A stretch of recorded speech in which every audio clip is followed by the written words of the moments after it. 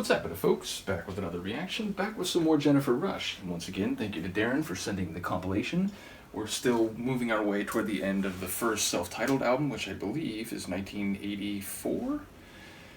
The print is incredibly small, but yes, I think it's 1984 if I'm remembering correctly. And the next track is I See a Shadow, and then parenthetically, Not a Fantasy.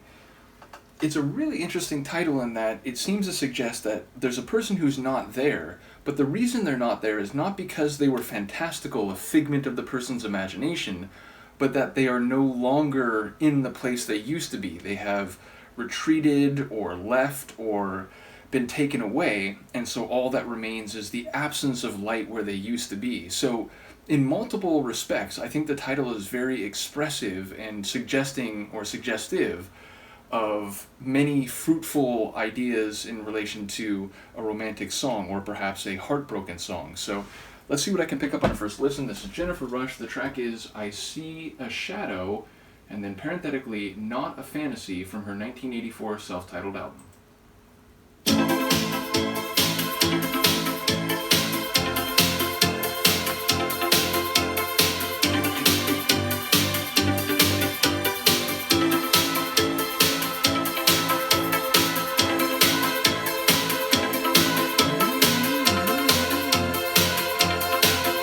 Like the melody?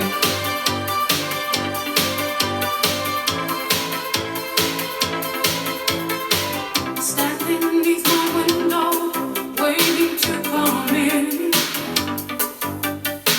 Sometimes there's a sound outside my door,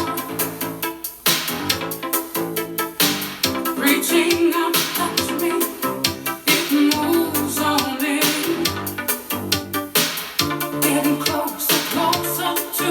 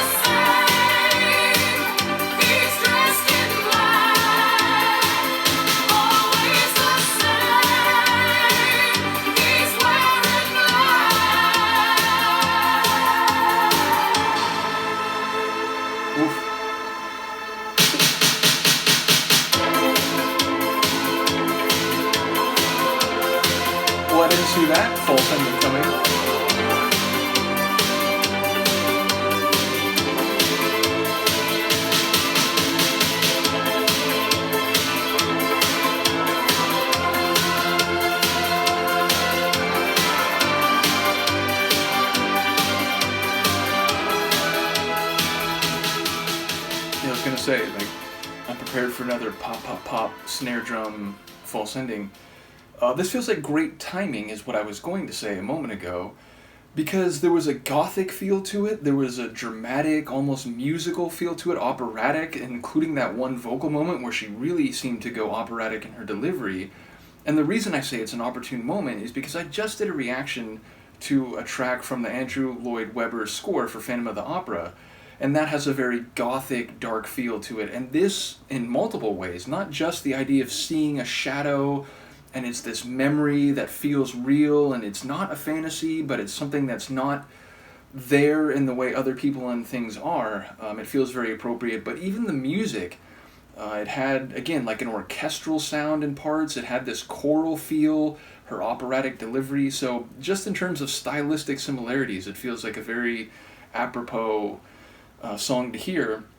And yeah, in one way it felt opposite of what I was saying, because the shadow was moving toward her, it's coming upon her, not, motion away from, but it's a memory, and it's this thing that's hanging in her head. It's not actually happening, but it's not a fantasy either. And he's dressed in black, so again, it has this almost phantom-like quality to it.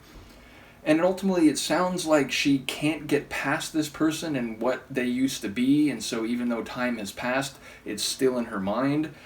And it sounds like maybe she's longing for it, but there apparently is an inability to recreate it or for him to actually come back. So maybe I'm misreading parts of that. I didn't catch all the lines, but again, it felt like a really gothic, orchestral, choral meets synth pop of the 80s type of tune. And I like the little melodic run going up and down, the shifting synth bass, and of course that awesome like keyboard or like drum machine snare. So yeah, cool vocal delivery, really intriguing atmosphere of the song. Definitely enjoyed the darkness.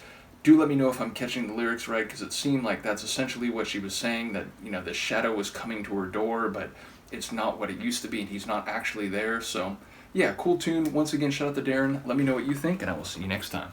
Peace.